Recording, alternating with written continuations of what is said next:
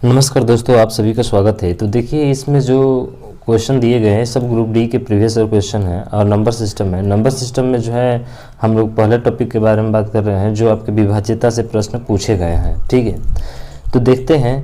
पहला क्वेश्चन आपके सामने दिया गया है कि एक छात्र ने एक संख्या को 21 से विभाजित करने के बजाय 12 से विभाजित किया और उसे उत्तर 35 प्राप्त हुआ। सही उत्तर ज्ञात कीजिए।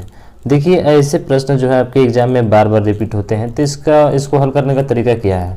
तो तरीका ये है कि सर 21 से विभाजित कर रहा था, तो 21 से विभाजित करना था किसी संख्या को, लेकिन उसने किससे विभाजित कर दिया 12 से, तो 12 को ऊपर रखेंगे और कितना उत्तर प्राप्त हुआ, तो उत्तर जो प्राप्त हुआ उसे 35 उत्तर प्राप्त हुआ। तो सही उत्तर क्या है, तो सही उत्तर आप बस इसको हल कर दीजिए, आपका आ जाएगा। तो 7 त्रिका 21 और 7 पचे 35, 3 चौके 12 और 4 पचे कितना हो जाएगा 20। यानी कि जो सही उत्तर होना चाहिए वो क्या होना चाहिए 20 होना चाहिए। और 20 किस में है, ऑप्शन नंबर ए में आपका है और यही आपका राइट आंसर हो जाएगा। तो इसमें तो कोई तामझाम करना नहीं है, बहुत आसानी तरीके से हल कर लेंगे। बाकी सब देख लीजिए विस्तार में, आप ऐसे मान के जो है हल करेंगे तो काफ़ी टाइम लगेगा। टाइम को हमें बचत करना है, जल्दी करना है। ठीक है, अब देखिए अगला क्वेश्चन है कि श्रेणी 1 से 99 तक की गणना में दहाई अंक कुल कितने हैं। दहाई कुल अंक जो है कुल कितने हैं, ये हमसे पूछा हुआ है। तो सिंपल सी बात है भैया, जब 1 से लेकर 9 तक तो एक एक अंक आते हैं, इसमें तो दहाई अंक नहीं आता है। तो सीधा क्या कीजिए, 99 में से 9 घटा दीजिए, कितना होगा 90 होगा। यही आपका राइट आंसर होगा, यानी कि ऑप्शन नंबर बी आपका राइट आंसर हो जाएगा। बहुत आसान क्वेश्चन था, देख लीजिए बाकी दिखाया गया है आपको यहाँ पे। अगला क्वेश्चन है कि निम्नलिखित में से कौन सी संख्या अभाज्य है। अभाज्य का मतलब जो संख्या 1 से और अपने आप से कटती हैं, किसी और से नहीं, वो संख्या क्या होती है, अभाज्य संख्या होती है। अब 263 है, तो इस अभाज्य संख्या को पता करने के लिए हम क्या करते हैं कि ऐसा स्क्वायर नंबर ढूंढते हैं जो वर्ग होता है, उस वर्ग को ऐसा वर्ग ढूंढेंगे जो इसके करीब हो। तो लगभग अगर 16 का वर्ग करते हैं तो 256 होता है, 17 का वर्ग करते हैं तो 289 होता है। और इसी के बीच में सभी अंक जो है आपके क्या होंगे, पढ़ेंगे। बस आपका जो है क्वेश्चन आसानी से आ जाएगा। 17 से छोटी संख्या देखिए 2 होता है, 3 होता है, 5 होता है, 7, अभाज्य संख्या 11, 13। ठीक है, अगर संख्या कट जाती हैं तो समझिए कि वो अभाज्य संख्या नहीं है। अगर नहीं कटती हैं तो समझिए कि अभाज्य संख्या है। 2 से ये कटेगा बिल्कुल नहीं।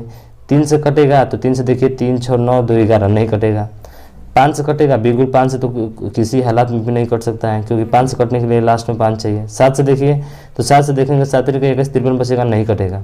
11 से देखिए तो 11 से 2 और 3 5 और 6 में से 5 कटेंगे 1, नहीं कटेगा। फिर से जो है 13 से देखेंगे 13 दूना का 26, नहीं कटेगा। इसका मतलब है कि हमारा ऑप्शन नंबर ए ही क्या हो जाएगा, अभाज्य संख्या हो जाएगा, क्योंकि ये जो है इन संख्याओं से नहीं कट रहे हैं।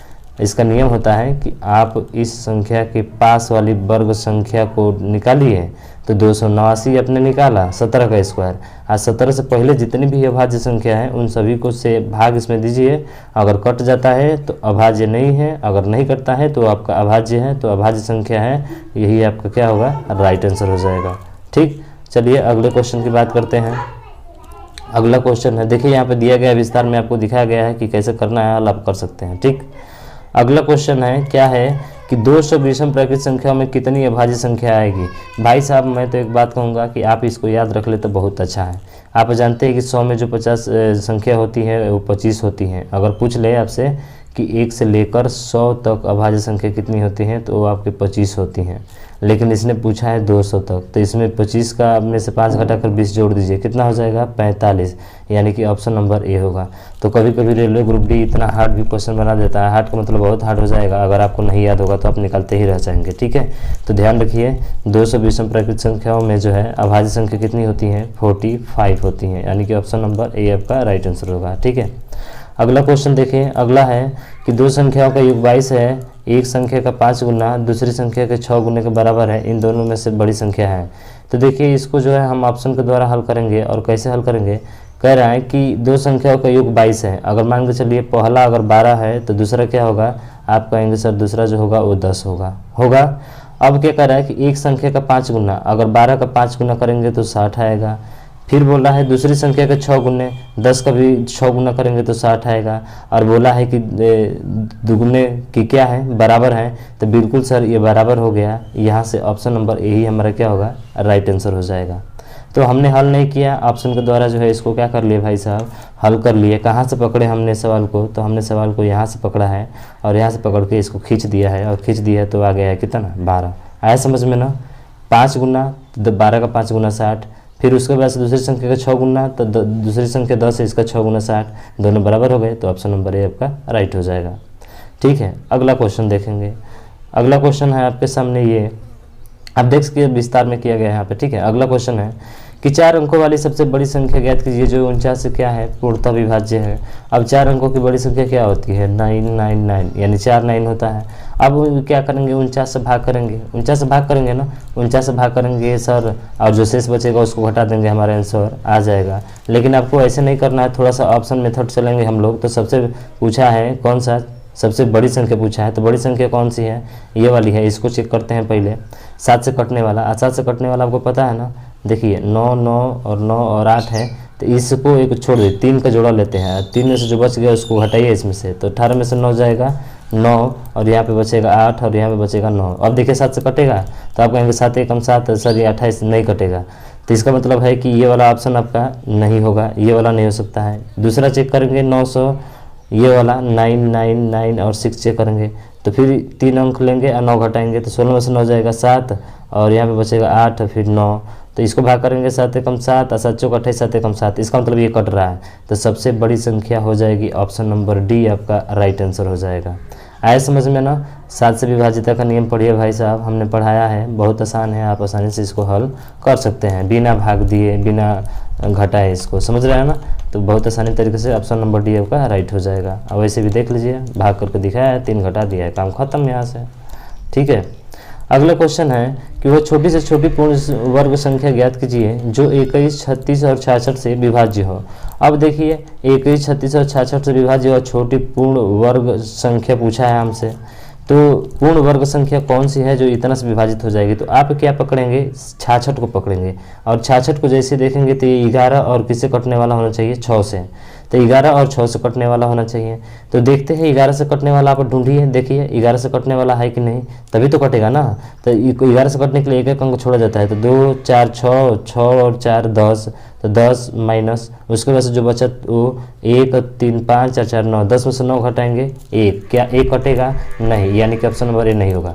दूसरे पे चलते हैं, तो 2 1 3 और 3 और 4 7, यानी कि 7 और माइनस उसके बाद से जो बचा वो 3 और 4 7 और 4 11, 11 में से 7 घटाएंगे तो कितना आएगा 4, ये भी 11 से नहीं कटेगा, यानी कि दूसरा भी नहीं होगा हमारा। ठीक है, दूसरा भी हमारा नहीं होगा। अब तीसरे ऑप्शन को देख लेते हैं। हालांकि देखिए हम इस तरह से कर रहे हैं, टाइम लग रहा है, लेकिन टाइम कुछ नहीं लगेगा, बहुत तेज कर लेंगे हाल इसको। ठीक है, तीसरा देखिए, तीसरा ऐसे भी देख सकते हैं कि 36 में 4 और 9 आ रहा है, तो ये 4 से कटने वाला होना चाहिए, तो 4 से लास्ट अंक 2 अंक कटना चाहिए, नहीं कट रहा है, इसका मतलब ऑप्शन नंबर डी आपका क्या होगा, राइट आंसर हो जाएगा।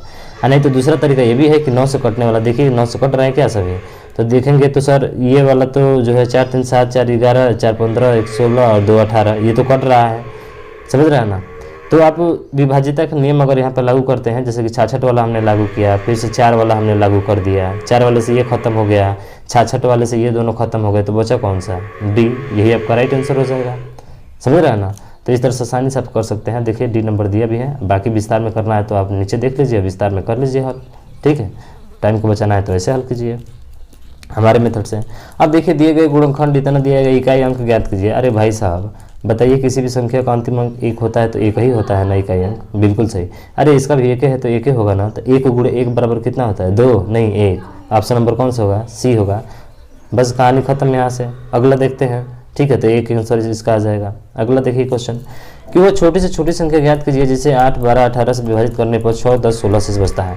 अब भैया जब 8 से विभाजित कर रहे हैं तो 6 बच रहा है, 12 से विभाजित कर रहे हैं तो 10 बच रहा है, 18 से विभाजित कर रहे हैं तो क्या बच रहा है, 16 बच रहा है। आप कोई भी संख्या लीजिए ना, 8 ही ले लीजिए। आज छोटी संख्या पूछा है, इसका मतलब भाई बड़ी संख्या को अभी छोड़िए, छोटी संख्या निकालिए। तो पहले 70 को निकाल लीजिए, चाहे आपको जो है 74 को निकाल लीजिए। तो 74 को निकालेंगे तो अब देखिए 8 से विभाजित करने पर 6 से बचना चाहिए। इसका मतलब है कि 6 अगर इसमें से घटाएंगे, 74 में से अगर 6 घटाएंगे तो ये किससे कट जाना चाहिए, 8 से कट जाना चाहिए, और ये आएगा 68, जो कि 8 से नहीं कटेगा। लेकिन 70 को जैसे ही करेंगे तो 70 में से जैसे ही आप जो है 6 घटाएंगे तो ये आ जाएगा आपका 64, और 64 जो है आपका 8 से क्या हो जाएगा, कट जाएगा। इसका मतलब है कि ऑप्शन नंबर डी आपका क्या होगा, राइट आंसर हो जाएगा। तो ऑप्शन एलिमिनेट से आप जो है इस नंबर सिस्टम को पूरे क्वेश्चन को जो है लगा सकते हैं। हालांकि सभी प्रीवियस ईयर क्वेश्चन है, तो ऑप्शन नंबर आपका इस डी जो है सही हो जाएगा। आया समझ में आपको? तो बड़ी आसानी से जो है आपने इस क्वेश्चन को हल कर लिया। अगला क्वेश्चन देखिए, 2 अंकों की एक संख्या और उसके दोनों अंकों को आपस में स्थान बदलने के बाद प्राप्त संख्या का योग 132 हो जाता है। यदि अंकों का अंतर 4 है तो संख्या ज्ञात कीजिए। अंकों का अंतर 4 होना चाहिए। देखिए 37 का भी अंतर 3 और 7 का अंतर 4 है, लेकिन क्या 37 को अगर उल्टा करके जोड़ेंगे, ये बोला है ना अंकों को स्थान आपस में बदलने में प्राप्त संख्या का योग कितना होना चाहिए, 132। तो इसको उल्टा किए तो 7 4 11 का 1 7 3 10 और 1 कितना हो जाएगा, 11। 111 आ रहा है। कितना आ रहा है, 111। आना कितना चाहिए, 132, यानी कि ये वाला ऑप्शन नहीं होगा। आज जब 37 नहीं होगा सरकार, तो इसका उल्टा 74 होगा, नहीं 73 होगा, नहीं सर। यानी कि ये दोनों ऑप्शन यहाँ से क्या होते हैं, आपके उड़ जाते हैं, यानी कि ख़त्म हो जाते हैं। आए समझ में? उसके बाद से 84 देखिए, तो 84 को उल्टा कीजिए तो थोड़ा 48 होगा। जोड़िए तो 8 4 12 के 2, 8 4 12 और 1 13, 132 आ रहा है सर। यानी कि ऑप्शन नंबर बी आपका क्या होगा, राइट आंसर हो जाएगा। लेकिन बात करते हैं 62 भी है, तो सर 62 है, 62 का उल्टा 26 होगा। आज 26 को जोड़िए तो 6 2 8, कहाँ आ रहा है, 132 नहीं आएगा किसी हालात में। तो इसका मतलब ऑप्शन नंबर बी आपका सही हो जाएगा। ठीक है, तो ऐसे क्वेश्चन जो है आप विदिन सेकंड में हल कर सकते हैं, कोई दिक्कत नहीं है। देख लीजिए विस्तार भी किया है इसका यहाँ पे। अगला क्वेश्चन है, इतने अगर 3 का स्थानीय मान के बीच का अंतर कीजिए। तो देखिए जब भी बोले 3 का स्थानीय मान के बीच का अंतर क्या है, तो पहले 3 का जो है आप स्थानीय मान निकालिए। तो इस 3 का स्थानीय मान निकालेंगे तो कितना होगा, 300 होगा। फिर इस 3 का जो है स्थानीय मान निकालिए तो कितना होगा, तो आप कहेंगे सर 3 और 1 कितना है, 3 के बाद से अंक 1 2 3 4 5 6 7 है, तो 7 को 0 लगा दीजिए। ठीक है, 1 3 में कितना 0 होगा, 7। तो 2 3 4 5 6 7 और 300 इसमें से क्या कर दीजिए, घटा दीजिए। तो ये आ जाएगा आपका 0 0 9 और 9 10 में से 3 जाएगा 7 होगा ना, तो 0 0 7 हो जाएगा। 0 0 7 आपका ऑप्शन नंबर ए में है, ये बिल्कुल यही राइट आंसर हो जाएगा। आगे करने की फिर ज़रूरत आपको नहीं है। समझ में आ रहा है ना मेरे भाई? ठीक है, अगला क्वेश्चन देखिए। अगला क्वेश्चन है क्या कि संख्या इतना के 5 के स्थानीय और अंकित मान। तो देखिए 5 के स्थानीय मान और अंकित मान निकालना है। तो एक बार 5 का स्थानीय मान निकालिए तो 5 हो जाएगा। और कितने अंक है इसके बाद, 3 अंक है, तो 3 0 लगा दीजिए। और उसके बाद से अंकित मान माने जातीय मान, तो 5 का जातीय मान 5 होता है और पूछा है अंतर, तो घटा दीजिए। तो ये हो जाएगा 49 और आपका 10 में से 5 जगह कितना है, 5, यानी कि 49 और 95 हो जाएगा। तो 49 और 95 किस में है, ऑप्शन नंबर बी में है, और यही आपका राइट आंसर हो जाएगा। ठीक है, तो मेरे भाई जितने क्वेश्चन मैंने आपको नंबर सिस्टम के कराए, लगभग जो है 12 क्वेश्चन कराया हमने, और ये विभाज्यता पे आधारित था। नेक्स्ट वीडियो में हम लोग वी वर्ड मास पे चर्चा करेंगे। ठीक है, वी वर्ड मास पता है ना, VBOD MS, ठीक है ना। इस पे जो है अगले सेशन में हम लोग चर्चा करेंगे कि वर्ड मास के क्वेश्चन को आप कैसे विदिन सेकंड में हल कर सकते हैं। तो ऐसी वीडियो पाने के लिए आप हमारे चैनल को सब्सक्राइब जरूर कीजिएगा, बेल आइकन को दबाना ना भूलिएगा।